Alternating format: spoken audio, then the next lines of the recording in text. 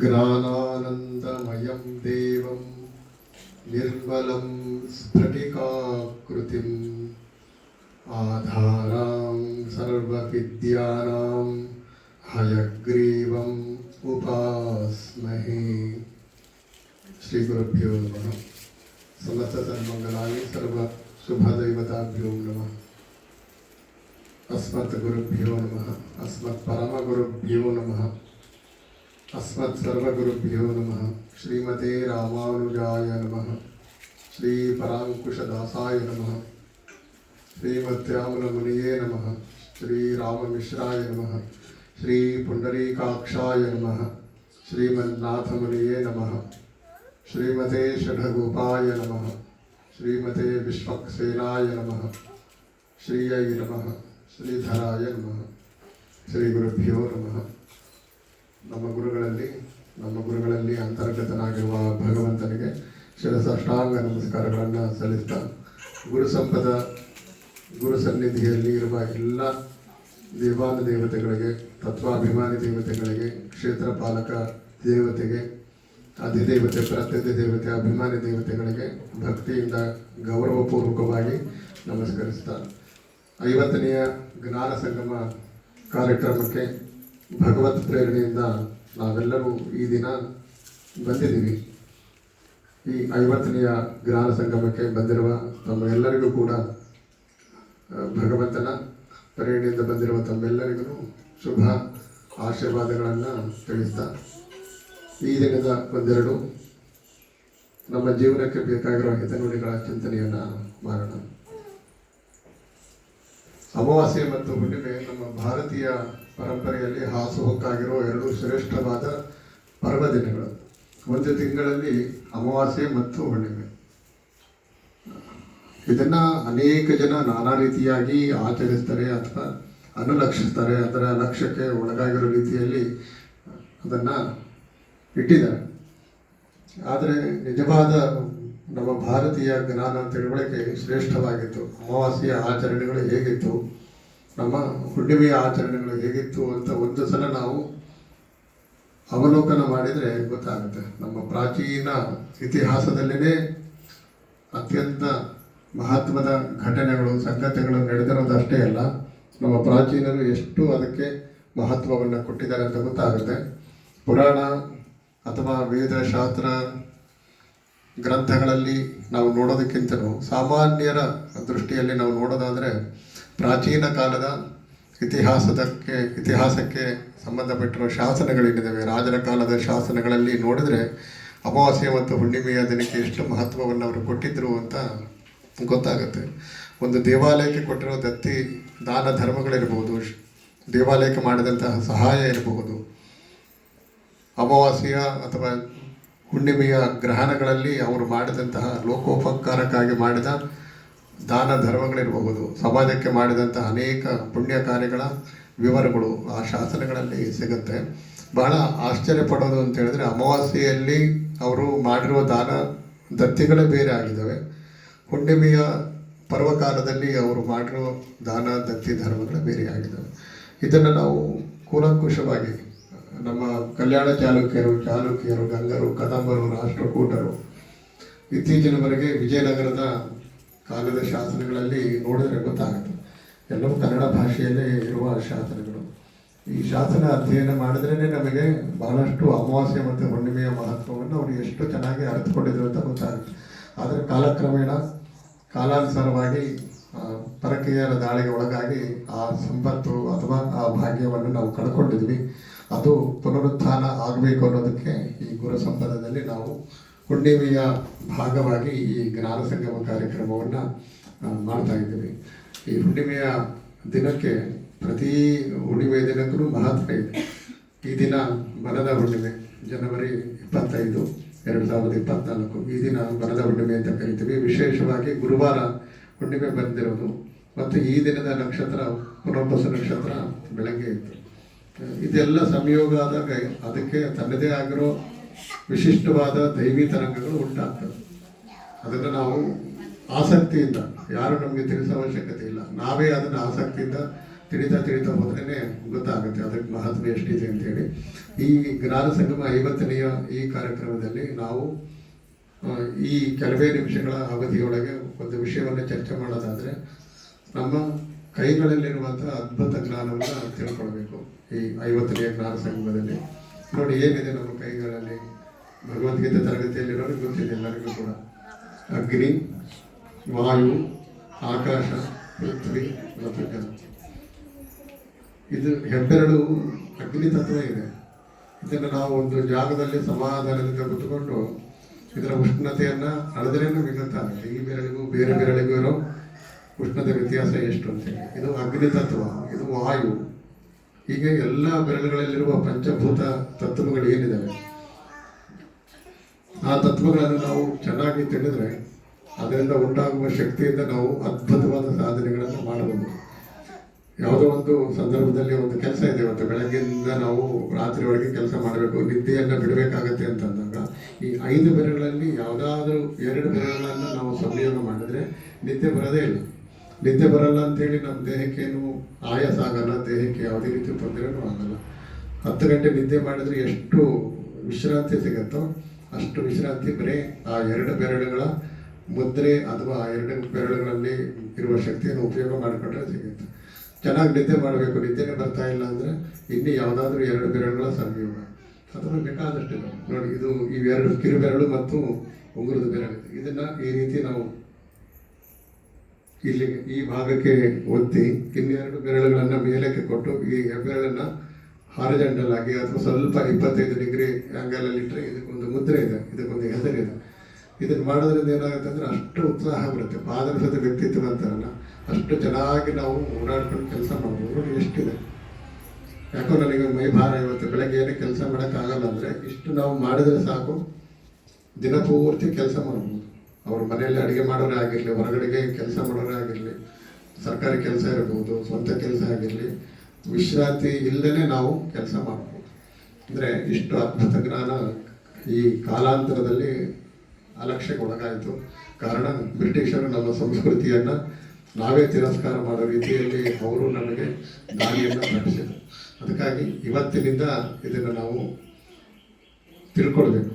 ಅಮೃತ ಹಸ್ತ ಅಂತ ಹೇಳ್ತಾರಲ್ಲ, ಅಮೃತ ಹಸ್ತ ಅಂದರೆ ಬೇರೆ ಏನೇ ಅಲ್ಲ, ಯಾರು ಈ ಪಂಚಭೂತ ತತ್ವಗಳನ್ನು ಕೈಯೊಳಗೆ ಸದಾ ಆಕ್ಟಿವ್ ಆಗಿ ಇಟ್ಕೊಂಡಿರ್ತಾರೆ, ಜಾಗೃತವಾಗಿ ಇಟ್ಕೊಂಡಿರ್ತಾರೆ, ಬೇಕಾದಷ್ಟು ಶ್ರೇಷ್ಠವಾದ ಕಾರ್ಯಕೆಲಸಗಳನ್ನು ಮಾಡಬಹುದು.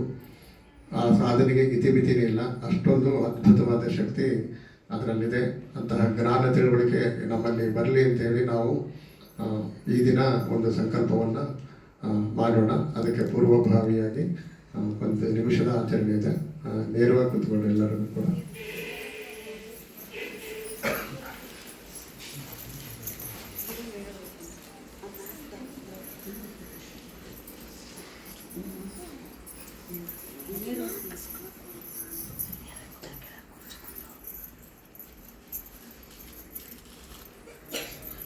ನಾವು ಕಳೆದ ಬಾರಿ ಒರಿಸ್ಸಾ ಪುರಿ ಜಗನ್ನಾಥ ಯಾತ್ರೆಗೆ ಹೋಗಿದ್ವಿ. ಈ ಸಲ ಅಲ್ಲ, ಮೊದಲನೇ ಸಲ ಹೋದಾಗ ಅಲ್ಲಿ ಒಂದು ಪ್ರಾಚೀನ ಕಾಲದ ಗುರುಕುಲ ಇತ್ತು.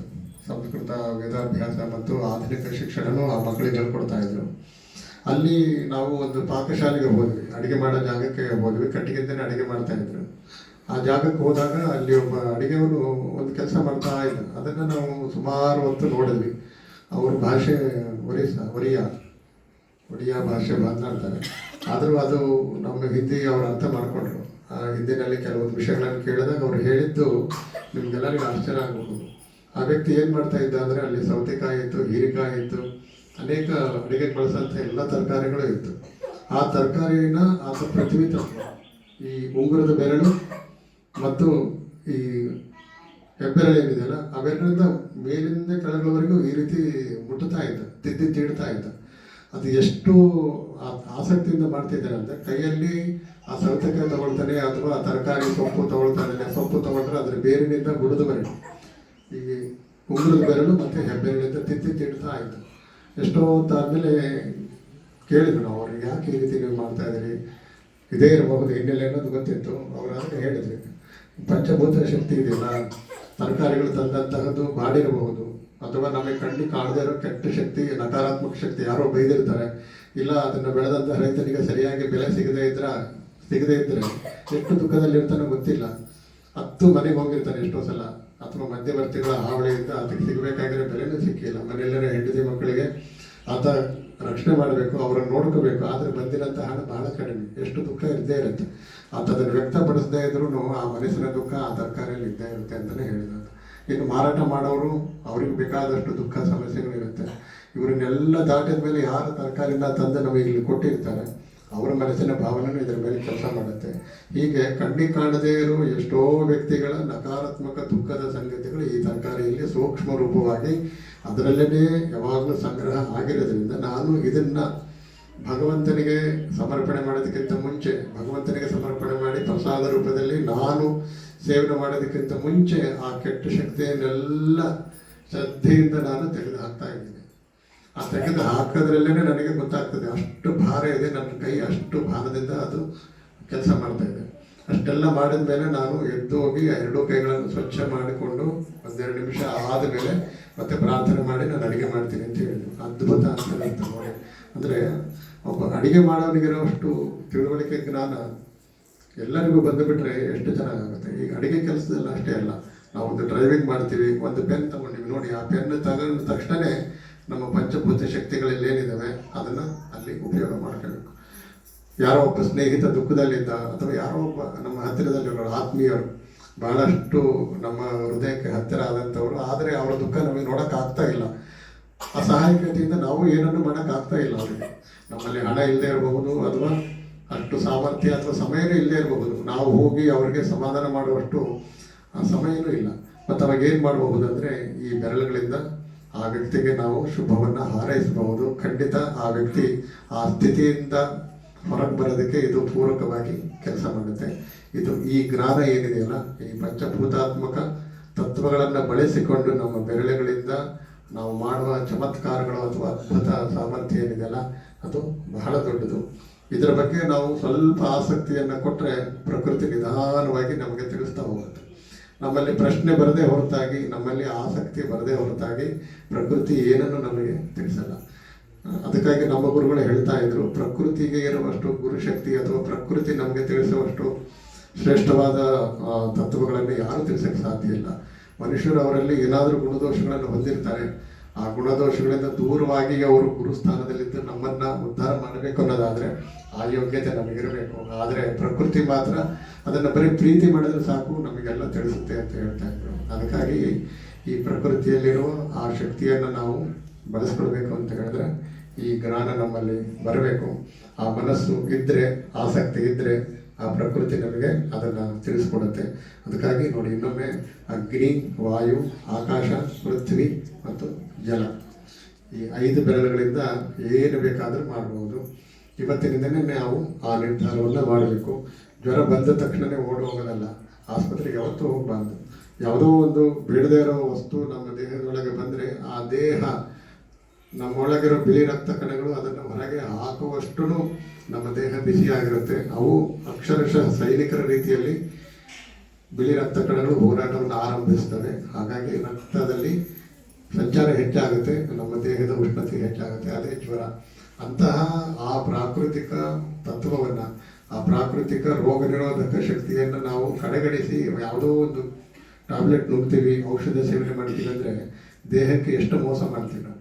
ಆ ದೇಹ ತನ್ನ ಹೋರಾಟದ ಶಕ್ತಿಯನ್ನು, ರೋಗ ನಿರೋಧಕ ಶಕ್ತಿಯನ್ನು ಕಳ್ಕೊಳ್ಳೋದಕ್ಕೆ ನಾವು ಸಹಾಯ ಮಾಡಿಕೊಂಡಾಗ ಆಗುತ್ತೆ.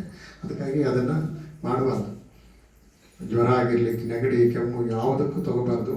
ನಮ್ಮ ಪ್ರಕೃತಿ ನಮ್ಮ ದೇಹಕ್ಕೆ ಯಾರಿಗೂ ಇಲ್ಲದೇ ಇರುವಷ್ಟು, ಯಾವ ಜೀವರಾಶಿಗಳಿಗೆ ಇಲ್ಲದೇ ಇರುವಷ್ಟು ಶ್ರೇಷ್ಠವಾದ ಚಿಕಿತ್ಸಕ ಶಕ್ತಿಯನ್ನು ಕೊಟ್ಟಿದೆ. ಅದನ್ನು healing power of our body ಅಂತಲೇ ಹೇಳ್ತಾರೆ. ಅದಕ್ಕೆ ನಾವು ಅವಕಾಶ ಕೊಟ್ಟರೆ ಅದರಿಂದ ಬೇಕಾದದ್ದನ್ನು ಸಾಧನೆ ಮಾಡಬಹುದು. ಯಾವುದಕ್ಕೂ ನಾವು ಹೆದರ ಅವಶ್ಯಕತೆ ಇಲ್ಲ. ಧೈರ್ಯಂ ಸರ್ವತ್ರ ಸಾಧನಂ ಅನ್ನೋ ರೀತಿಯಲ್ಲಿ ನಾವು ಬೆಳೀತಾ ನಮ್ಮ ಜ್ಞಾನವನ್ನು ಹೆಚ್ಚು ಮಾಡಿಕೊಂಡು ಮೊದಲನೇದಾಗಿ ಈ ಬೆರಳುಗಳಲ್ಲಿರೋ ಅದ್ಭುತ ಶಕ್ತಿಯನ್ನು ಬಳಸಿದರೆ ನಾವು ಸದೃಢವಾಗಿ ಈ ಸಮಾಜದಲ್ಲಿ ಬದುಕಿ ಬೇರೆಯವರಿಗೂ ಮತ್ತು ಸಮಾಜಕ್ಕೂ ಕೂಡ ಒಳಿತನ್ನು ಮಾಡೋದಕ್ಕೆ ಸಾಧ್ಯ ಅಂತ ಹೇಳಿ ಈ ದಿನ ತಿಳಿಸ್ತಾ ಇದ್ದೀವಿ. 1 ನಿಮಿಷ ಆ ಪಂಚಭೂತಾತ್ಮಕ ಶಕ್ತಿಯ ಆಚರಣೆಯನ್ನು ಮಾಡೋಣ. ಶರೀರ ನೇರವಾಗಿರಲಿ.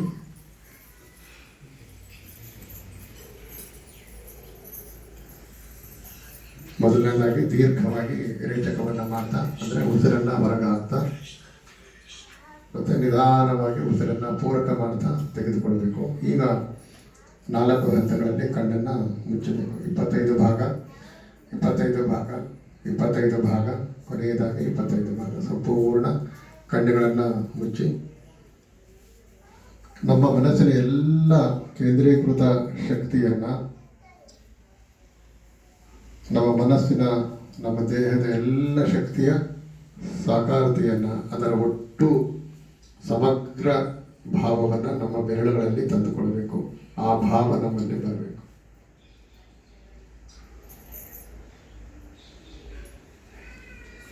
The tremendous energy of our body is always united with our fingers.